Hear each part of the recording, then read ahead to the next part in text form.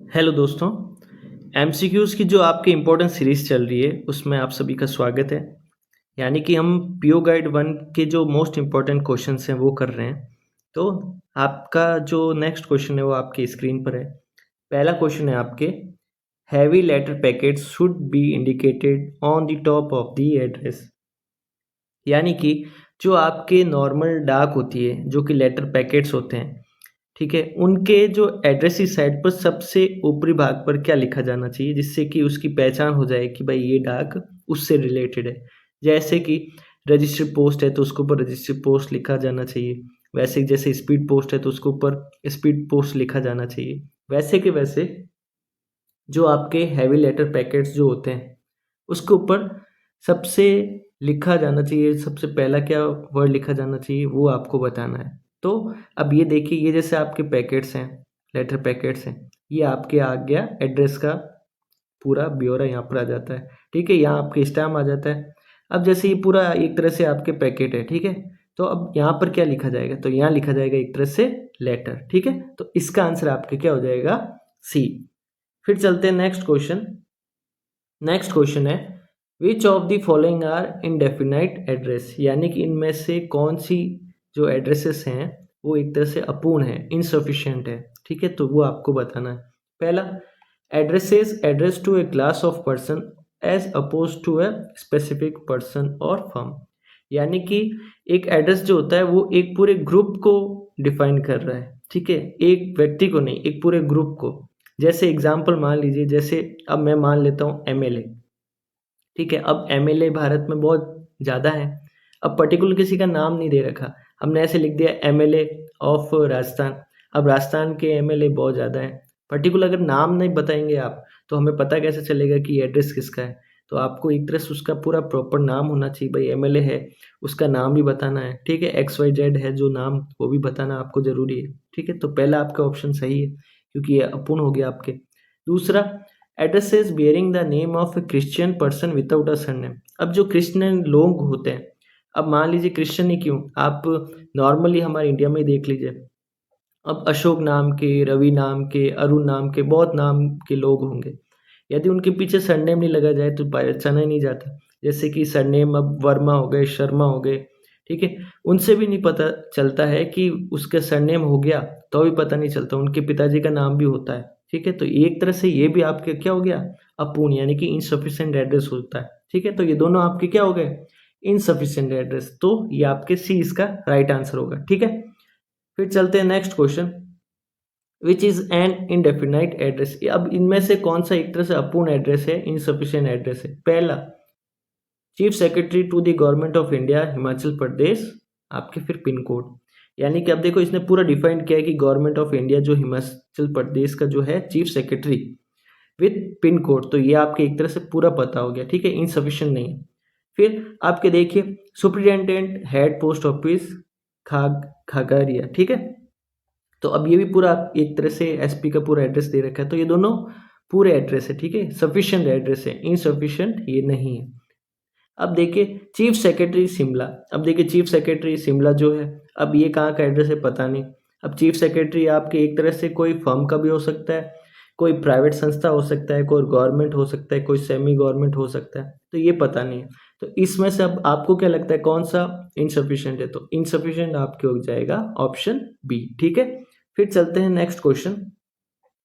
Every letter may be returned unopened and without delay by the post office. In case of non-delivery, must contain the name and address of the sender with pin code so that। अब देखिए, letter कभी मान लो आपके हो जाए, return हो जाए, कोई भी कारण हो, अनक्लेम हो, रिफ्यूज हो, ठीक है, उसकी नॉन डिलीवरी हो जाए, तो वापस वो आपके सेंडर के एड्रेस पे जाता है। तो सेंडर का एड्रेस होना ज़रूरी है। तो अब सेंडर का एड्रेस होना कहाँ है, यानी कि लिखा कहाँ जाता है, ये आपके आ गया लेटर। लेटर में आपके ये होता है पोस्टेज स्टाम्प, यहाँ पर होता है आपके प्राप्तकर्ता का एड्रेस यानी कि रिसीवर का एड्रेस, और इस साइड में आपके होता है एक तरह से सेंडर का एड्रेस, या तो इस साइड में या फिर पीछे, लेटर के पीछे। ठीक है, यहाँ पर इसके बैक में। तो ये कौन सी साइड हो गई, ये आपके हो गई, देखिए लेफ्ट साइड और लोअर बॉटम। ठीक है, तो लेफ्ट साइड लोअर बॉटम आपके ऑप्शन ए इसका सही आंसर होगा। ठीक है, बाकी सारे ऑप्शन आपके गलत हो जाएंगे। तो ऐसे आपको चीज़ों को ध्यान में रखना है। ठीक है, फिर चलते हैं, a postal article send by post in India can be send back by post और it's address that can be amended if. अब देखिए कोई आर्टिकल है जिसको आपने भेज दिया, अब उसको वापस मंगवाना है या फिर उसके एड्रेस में कोई चेंजेस करना है। अब वो चेंजेस कब हो सकते हैं, यदि पहला ऑप्शन आपके has not been caught according to the law of the country of destination. अब जहाँ पहुँचा है वहाँ पर कुछ ऐसे नियम हो गए कि भाई वो डाक वहाँ पहुँची, वहाँ पर जब्त हो गई, तो आप वापस नहीं आ सकती। तो पहला ऑप्शन आपके सही है, ठीक है। दूसरा, not delivered to the recipient, यानी कि जो रिसीवर है, जो आपके प्राप्त करता है, उसको डिलीवर्ड नहीं हुई तो भी आपके सही है, तो भी वापस आ जाएगी, ठीक है। यदि उसने रोक लिया, देखिए पहले ऑप्शन में अगर कंट्री ने रोक लिया तो वापस नहीं आ सकती, तो उसको रोकना नहीं है, ठीक है। आर्टिकल नहीं रुका तो वापस आ जाएगा। दूसरा, प्राप्तकर्ता ने नहीं लिया, वो डिलीवर्ड नहीं हुई तो वापस आ जाएगी। तीसरा, and not be destroy by the competent authority of the country where the article is currently located. अब जो आर्टिकल जहाँ पहुँचा है उसकी जो अथॉरिटी है, यानी कि उसकी जो कंट्री है, उसने उसको डिस्पोज नहीं किया। आर्टिकल मान लो उसका कोई कंटेंट ही ऐसा हुआ जिसके कारण उसको डिस्पोज करना पड़ा, तो भी आर्टिकल आपके पास वापस आएगा नहीं, तो वो भी नहीं होना चाहिए। तो ये तीनों ऑप्शन है, अगर इन तीनों को वो चीज़ नहीं होती तो आर्टिकल वापस आता है, ठीक है। तो ये आपको पता होना चाहिए। तो इसका ऑप्शन सारे हो जाएंगे कि सारे अगर चीज़ें नहीं होती हैं तो आपका आर्टिकल वापस आता है, ठीक है। अगर इनमें से कोई भी एक चीज़ हो गई तो आपके आर्टिकल वापस आपके पास नहीं पहुंचेगा, तो इसका ऑप्शन आपके डी हो जाएगा। फिर चलते हैं, recall of the articles permitted by. Recall यानी कि वापस आर्टिकल को मंगवाना। अब वो उसकी जो ऑर्डर है वो कौन कर सकता है, पहला है पोस्टमैन कर सकता है, या फिर पोस्टल डिवीज़न का जो हेड होता है यानी कि सुपरिटेंडेंट वो कर सकता है। तीसरा आपके हेड पोस्ट मास्टर, या चौथा आपके डिलीवरी जो सब पोस्ट मास्टर वो कर सकता है। तो सबसे बड़ा ऑर्डर है इसमें, मतलब कौन दे सकता है, आपके एसपी, यानी कि जो आपके डिविजनल हेड होता है, पोस्टल डिविजनल हेड, वही आपके ये ऑर्डर दे सकता है, ठीक है। तो इसका ऑप्शन आपके बी हो जाएगा। फिर चलते हैं next, who can apply for recall of article और एल्ट्रेशन ऑफ एड्रेस, यानी कि अब अप्लाई कौन कर सकता है, यानी कि उस आर्टिकल को मंगवा कौन सकता है। देखिए ऑर्डर तो एसपी देता है, लेकिन मंगवा कौन सकता है, या फिर उसके एड्रेस में चेंज कौन कर सकता है। पहला, जो सेंडर है जिसने भेजा वो कर सकता है। दूसरा, एड्रेसी ऑफ एन आर्टिकल, जो एड्रेसी यानी जो प्राप्त करता है वो कर सकता है। या फिर कोई भी पर्सन जो कि आपके पोस्ट ऑफिस से रिलेटेड, पोस्ट ऑफिस का कोई जानकार है, उसने बोल दिया कि ये चेंजेस करने हैं, आपको करने पड़ेंगे, या फिर इनमें से कोई नहीं, तो उसको चेंज कौन कर सकता है, चेंज करवा सकता है आपके एक तरह से सेंडर। सेंडर लिखित में देता है उनको भाई कि ये मेरे एड्रेस जो है वो चेंज करवाना है या फिर आर्टिकल को रिकॉल करना है, तो वो आर्टिकल वापस आ जाता है, ठीक है। तो इसका ऑप्शन ये हो जाएगा। फिर चलते हैं नेक्स्ट। नेक्स्ट क्वेश्चन है, what is the fee for recalling inland article. Inland article के लिए जो रिकॉलिंग फी जो वापस मंगाते हैं उसके चार्जेस क्या हैं। पहला है 2 रुपये, फिर है 5 रुपये, फिर है 6 रुपये और फिर 10 रुपये। तो उसके चार्जेस कितने होते हैं, 6 रुपये, ठीक है। अब ये 6 रुपये तो है उसके रिकॉलिंग फीस। अब ये देते किस में, ये देते हैं आपके स्टाम्प्स में, ठीक है। स्टाम्प्स जो होते हैं वो आपको खरीदने पड़ते हैं, उसके चार्जेस आपसे लिए जाते हैं, ठीक है। तो स्टाम्प्स की फॉर्म में इसके चार्जेस आपसे लिए जाते हैं, ठीक है। तो ये आपको पता होना चाहिए। फिर अब ये देखिए क्वेश्चन पूछा है, fee for recall of article will be collected in the form of. अब जो फी होती है रिकॉल करने की, यानी कि आर्टिकल को मंगवाने की, उसकी फ़ी किस फॉर्म में ली जाती है। पहला पोस्टेज स्टाम्प हो गया, या फिर आईपी हो गया, या फिर यूसीआर जो उसमें डाल देते हैं, या फिर सभी में कर देते हैं। तो इसका ऑप्शन क्या हो जाएगा, आपके पोस्टेज स्टाम्प जो होता है उसकी फॉर्म में आपके जो आर्टिकल्स होते हैं उनको वापस मंगवाया जाता है। पोस्टेज स्टाम्प उनकी एक तरह से फीस ली जाती है, ठीक है, उसके फॉर्म में। तो इसका ऑप्शन आपके ये हो जाएगा। फिर नेक्स्ट क्वेश्चन है, डिलीवरी मीन्स। अब डिलीवरी का मतलब क्या होता है। पहला, postal item deliver to the addressee himself, ठीक है। जो पोस्टल आइटम है वो एक तरह से प्राप्तकर्ता को प्राप्त हो गया, या फिर to the agent of the receipt who has been authorise, यानी कि एक तरह से एड्रेसी जो है वो क्या करता है, या फिर जो प्राप्त करता है वो क्या करता है, एक एजेंट रखता है, उसको ऑथराइज दे देता है, भाई आप मेरा जो भी डाक है वो आप ले लो, तो वो भी कर सकता है। तो ये दोनों ऑप्शन आपके सही है, ठीक है। तीसरा है, पेई सर्वेंट ऑथराइज बाय द पेई। पेई यानी कि जो मनी ऑर्डर्स होते हैं ना, वो भी एक तरह से आप सर्वेंट जो होता है वो आपके जो नौकर होता है उनको कर सकते हो, बस आप उनको ऑथराइज देना चाहिए, यानी कि आप एक तरह से उनको लेटर या फिर लिखित में जो होता है पोस्ट मास्टर को देना पड़ता है, उससे आपके जो भी पेई से रिलेटेड है या फिर आपके नॉर्मल डाक, आप उनको गवर्नमेंट जो सर्वेंट होते हैं, जो आपके नौकर होते हैं, उनको आप दे सकते हैं, ठीक है, जो आर्टिकल उनको पहुंचा सकते हैं पोस्ट में।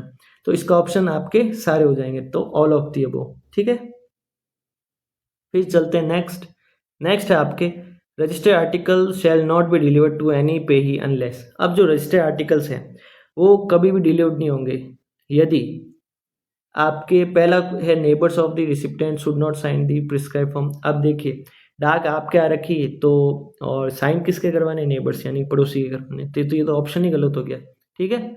दूसरा आपके दिया हुआ रिलेटिव। अब देखिए रिलेटिव क्यों साइन करेगा, आपकी डाक आ रखी है तो ये भी ऑप्शन गलत हो गया। तीसरा, unless the payee or is authorise agent in writing sign in the form of prescribe form, यानी कि जो पेई है, यानी कि जो प्राप्त करता है या फिर उसका कोई एजेंट है, जब तक लिखित में साइन नहीं करता उस डाक को प्राप्त करने के लिए, तब तक वो आर्टिकल या फिर रजिस्टर्ड आर्टिकल उनको नहीं दिया जाता या फिर उसकी डिलीवरी नहीं की जाती, ठीक है। तो इसका ऑप्शन आपके हो जाएगा सी, ठीक है। तो ये आपको समझ में आ गया। नेक्स्ट क्वेश्चन चलते हैं। नेक्स्ट क्वेश्चन है, if the addressee is unable to receive the article within 7 days after making an application in writing to the post office. अब कोई एड्रेसी यानी कि कोई प्राप्त करता है उस आर्टिकल को बोलने के बाद कि मैं पोस्ट ऑफिस में आ जाऊंगा, उसको ले लूंगा, या फिर एप्लीकेशन दे देता है वो कि मैं आ जाऊंगा आपसे ले लूंगा, फिर भी 7 दिन में वो नहीं आता, तो उस आर्टिकल को क्या किया जाता है। पहला, return will not be return to sender, sender को नहीं भेजा जाता, वहीं पड़ा रहता है। Will be send multiple time to the recipient, यानी कि जो उस आर्टिकल को बार बार भेजा जाएगा, जो प्राप्त करता है उसके पास बार बार भेजा जाता है। फिर will be return to sender, यानी कि आरटीएस किया जाएगा, यानी कि रिटर्न टू सेंडर वापस भेज दिया जाता है 7 दिन के बाद। या फिर will be stop again for 7 days, या फिर उसको अगले 7 दिन और रोक दिया जाता है ताकि वो एड्रेसी जो है उसको प्राप्त कर सके। तो इसका ऑप्शन क्या हो जाएगा, सी, यानी कि वो अगर 7 दिन में अगर नहीं आता है ना तो उसको आरटीएस कर देते हैं, यानी कि रिटर्न टू सेंडर वापस कर देते हैं, क्योंकि उसके बाद चार्जेस लगने चालू हो जाते हैं। तो ये भी चीज़ें आपको पता होनी चाहिए, ठीक है। चलते हैं next. If the addressee fail to receive the article even after praying to stop it, the article dash comment will be recorded, यानी कि अब जैसे एड्रेसी प्राप्तकर्ता ने ये बोल दिया कि मैं, या फिर लिखित में बोल दिया कि मैं इसको लेना चाहता हूँ, लेकिन वो 7 दिन में आए नहीं, तो उस आर्टिकल के ऊपर क्या लिखा जाता है। पहला, addressee unable to reach, addressee पहुंच नहीं पाया। दूसरा, अनेबल टू रिटर्न एड्रेसी, ठीक है, हम एड्रेसी तक पहुंचा नहीं पाए, उसके कारण हम कर नहीं पाए। तीसरा है एड्रेसी रिफ्यूज, एड्रेसी ने रिफ्यूज कर दिया, या फिर डी आपके रिफ्यूज, तो उसका क्या आता है, उसके आपके एक तरह से रिफ्यूज उसके ऊपर कमेंट किया जाता है, ठीक है। तो ये आपके ये कमेंट आती है रिफ्यूज, ठीक है। तो इसका ऑप्शन आपके हो जाएगा डी, एड्रेसी रिफ्यूज नहीं होता, केवल रिफ्यूज होता है, तो ये आपके ऑप्शन हो जाएगा डी, ठीक है। फिर चलते हैं नेक्स्ट क्वेश्चन है आपके, in the specialised method of delivery of registered articles of firm special list is. अब देखिए कुछ ऐसी फर्म्स होती हैं जिसके यानी कि आर्टिकल्स जो हैं बहुत ज़्यादा उनकी क्वांटिटीज़ में आते हैं, रजिस्टर्ड आर्टिकल्स जो होते हैं फर्म से, ठीक है। जैसे मान लीजिए ये कोई फर्म है, ठीक है, अब यहाँ पर इन फर्म के पास आ गए कितने, 5000 आर्टिकल या फिर 500 आर्टिकल आ गए, या फिर ईएमओ आ गए।